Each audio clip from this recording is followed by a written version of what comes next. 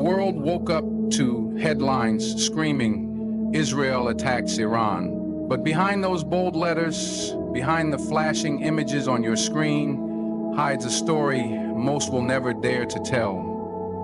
A story wrapped in decades of fear, silent deals, secret meetings, and the kind of power struggle that shapes the fate of entire nations.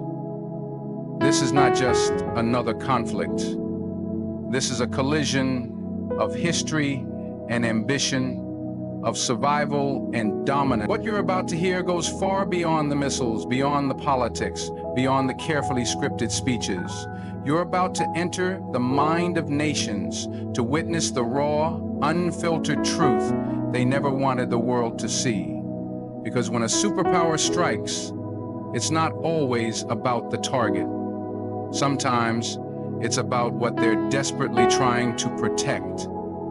And when fear begins to lose its grip, even the most powerful will gamble everything to maintain control. Tonight, I will take you behind the curtain, behind the headlines, into the very heart of why Israel attacked Iran.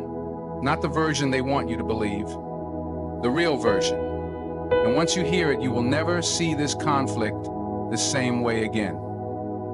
Stay with me, because the truth begins right now. Israel's fear of Iran is not just rooted in weapons or military strength. It's something far more powerful: ideology. Iran represents a vision of the Middle East that completely opposes Israel's existence and its current dominance in the region. For Israel, Iran is not simply another nation with military capabilities. It is a revolutionary force that inspires resistance across the Muslim world. Iran's growing influence means that more nations, more groups, and more people begin to challenge Israel's authority, its policies, and its very foundation. This is not a war of missiles alone. It's a war of ideas, of hearts, of loyalties. As Iran strengthens its ties with nations and movements throughout the Middle East, it builds a web of influence that threatens to encircle Israel. Hezbollah in Lebanon, the Houthis in Yemen, groups in Iraq, Syria, and even inside Palestine. All are directly or indirectly supported by Iran.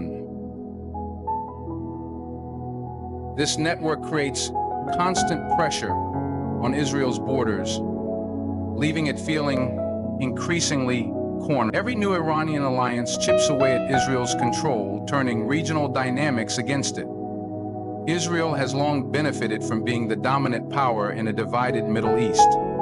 But Iran is slowly changing that game, fostering unity among groups that share its vision of opposing Western-backed dominance. What terrifies Israel even more is that Iran's message resonates with oppressed people far beyond its borders. The oppressed see Iran as a symbol of defiance against Western occupation, colonialism, and injustice. This gives Iran a soft power that no missile can match. As Iran's reach grows, Israel fears losing not just its military edge, but its psychological advantage. The narrative of being the eternal victim, surrounded by hostile forces, begins to weaken as more voices rise against it. This ideological rise of Iran challenges the very identity of Israel as the sole dominant force in the region. It forces Israel to act, strike preemptively, not just to destroy weapons, but to crush a growing idea. Because when an idea spreads, borders mean nothing.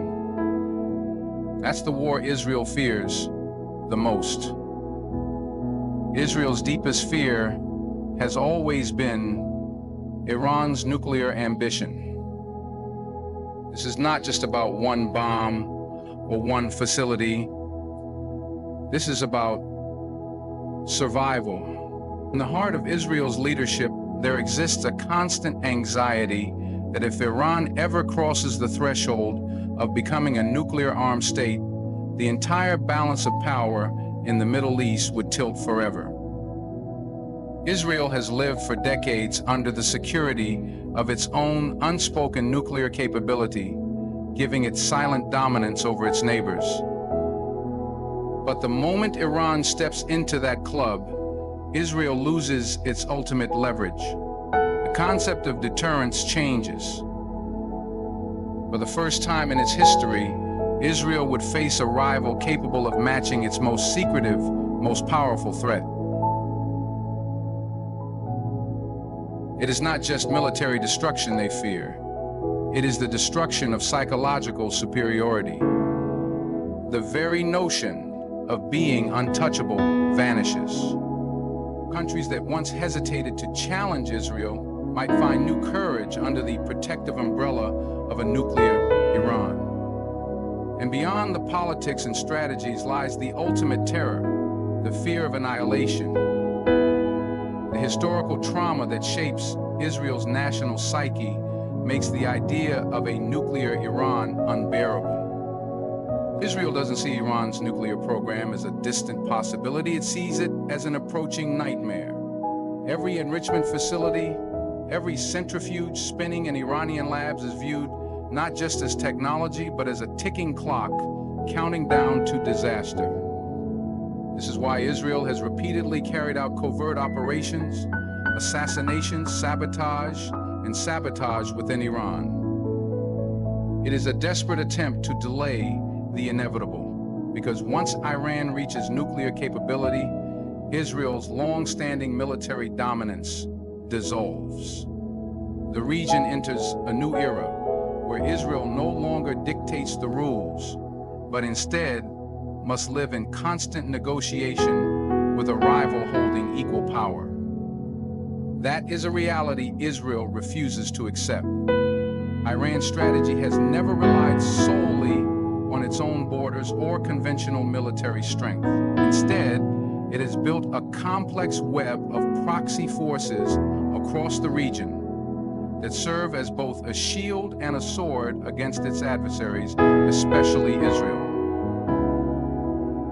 Through groups like Hezbollah in Lebanon, the Houthis in Yemen, various militias in Iraq, and influential ties in Syria and Palestine, Iran has effectively surrounded Israel with hostile forces capable of striking from multiple fronts. This network allows Iran to apply constant indirect pressure on Israel without engaging in direct warfare, making it extremely difficult for Israel to respond without escalating into a broader regional conflict. These proxies serve multiple purposes. They drain Israel's military resources, keep its population under constant fear of attacks, and force it to remain on high alert along several borders at once. Hezbollah alone, heavily armed and deeply entrenched in southern Lebanon, represents a significant military threat. With its stockpile of thousands of missiles capable of reaching deep into Israeli territory. For Israel, the danger is not just in the physical weapons, but in the unpredictability of these proxy forces. Iran can activate or intensify their operations based on shifting geopolitical needs, turning them into strategic. This creates a state of permanent tension for Israel, where peace can be shattered at any moment from multiple directions. The longer Iran nurtures these alliances, the more deeply embedded its influence becomes in the heart of the Middle East political and military landscape. For Israel, dismantling these networks is nearly impossible without igniting a war that could spiral out of control. Every move against one proxy risks triggering responses from others, creating a dangerous domino effect. This sophisticated proxy strategy allows Iran to project power far beyond its borders, keeping Israel trapped in a cycle of defense and retaliation. Israel knows that as these alliances grow stronger, its own strategic position weakens. The fear is not just of one enemy, but of an expanding circle of hostility that could one day close in with overwhelming force. That looming reality pushes Israel toward preemptive actions, desperate to break the growing chain before it becomes unbreakable. For decades, Israel has relied heavily on its close relationship with the United States and the broader Western alliance to maintain its military, economic, and diplomatic superiority. But the world is shifting. Emerging global alliances are redrawing the power map, and Israel sees the danger in these shifting sands. The rise of blocs like BRICS, where Iran finds a welcoming seat alongside major players like China, Russia, and others, presents a serious challenge to Israel's historical position. Iran's deepening ties with China promise new economic lifelines, advanced technology, and strong diplomatic support. Russia's partnership offers military collaboration, intelligence sharing, and geopolitical leverage, especially in sensitive regions like Syria. Even within the Arab world, where Israel once counted on divisions and hostilities to keep Iran isolated, new understandings are beginning to form as some Gulf nations reassess their long-term interests. The normalization agreements that once seemed to secure Israel's place in the region now face the complexity of a global environment where power is becoming more The United States, once the unquestioned protector of Israel, is facing its own internal challenges and global fatigue, forcing it to reassess how deeply it wants to entangle itself in Middle Eastern conflicts. As American priorities shift towards the Pacific, domestic issues, and economic competition with China, Israel fears being left exposed. The growing cooperation between Iran and non-Western powers offers Tehran a shield against Western pressure, sanctions, and isolation. The more Iran integrates into these global partnerships, the harder it becomes for Israel to rally international support for aggressive actions. Every new diplomatic handshake between Iran and a global or regional power chips away at Israel's ability to control the narrative and isolate Iran diplomatically. This growing global realignment threatens to weaken Israel's traditional alliances while empowering its greatest adversary. Israel is not just a loss of military advantage that Israel fears, but the loss of its privileged global status that has for decades provided it with cover for its actions. As this new world order takes shape, Israel sees the window closing, pushing it toward desperate, risky decisions to disrupt Iran's momentum before the balance tips too far. Inside Israel's borders, beneath the surface of military power and global diplomacy, lies a growing storm of internal political chaos. Over the years, Israeli leaders have faced increasing pressure from scandals, corruption cases, judicial battles, and mass protests that have divided the population like never before. The once united narrative of national survival is now being eroded by fierce political rivalries and public dissatisfaction. As the domestic situation becomes more volatile, leaders often turn to a familiar and dangerous tool: external conflict. When the streets fill with protesters demanding justice, or the government teeters on the edge of collapse, nothing redirects public anger faster than the threat of war. A strike against a powerful enemy like Iran instantly shifts the national focus from domestic failures to national unity. Suddenly, criticism fades, the opposition softens, and the people rally behind their leaders, driven by fear and patriotism. This is not a new strategy. History is filled with examples where governments under internal pressure have sought to manufacture external enemies to strengthen their grip on power. In Israel, where the collective memory of existential threats runs deep, this tactic carries immense emotional weight. Leaders know that invoking the specter of Iranian aggression can silence dissent, unify fractured political factions, and buy time to navigate internal scanned. Each missile launched, each military operation carried out is not only aimed at Tehran, but also at stabilizing shaky ground at home. The leadership plays a high-stakes game, hoping that external aggression will outweigh internal grievances, even as it risks dragging the entire region into a wider conflict. But as this cycle repeats, the stakes grow higher. The public may rally temporarily, but underlying divisions remain, simmering beneath the surface, ready to explode once the external threat fades.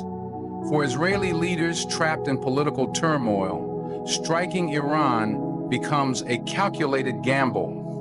It is a dangerous attempt to transfer the battlefield from the chaotic halls of domestic politics to the global stage, where fear can be more easily controlled than discontent. In doing so, they risk lighting a fire far greater than the one they seek to extinguish at home. In modern warfare, the battle is not only fought with missiles, drones, or soldiers. It is fought in headlines, on television screens, across social media platforms, and within the minds of billions around the world. Israel has mastered the art of controlling global narratives, often presenting itself as a nation under constant threat, defending its right to exist against relentless enemies. But as Iran rises, that carefully crafted image begins to crack. Iran's growing presence on the global stage threatens to expose a different side of the story, one where Israel's actions are increasingly seen as aggressive rather than defensive. The more Israel strikes preemptively, the harder it becomes to maintain the image of victimhood by attacking Iran and framing it as a rogue state pursuing nuclear weapons, sponsoring terrorism, and destabilizing the region. Israel attempts to keep international sympathy firmly in its corner. It seeks to reinforce the idea that any military action taken against Iran is an act of self-defense, not aggression.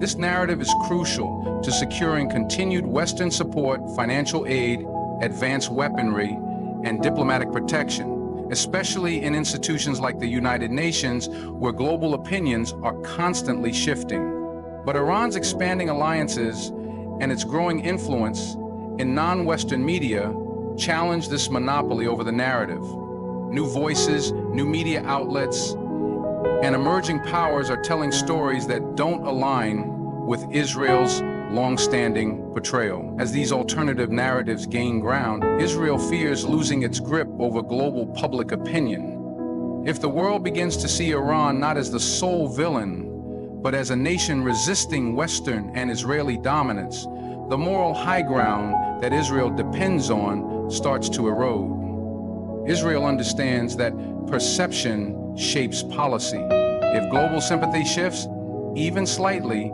it could weaken international sanctions against Iran, reduce military cooperation, and increase diplomatic isolation for Israel itself. Every strike against Iran is not just a military operation, it is a media campaign designed to dominate headlines, frame the conflict, and sway international opinion before alternative perspectives take hold. This battle for the world's sympathy may be the most important war Israel is fighting, because once the narrative slips away, so too does the silent permission of the world to continue its policies unchecked. So now you see the full picture. This is not just a simple war between two nations. This is a chessboard where every move carries the weight of history, fear, pride,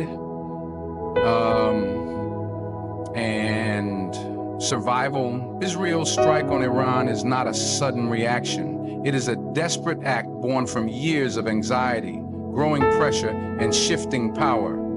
Iran's rise threatens not only Israel's military dominance, but its entire identity on the world stage.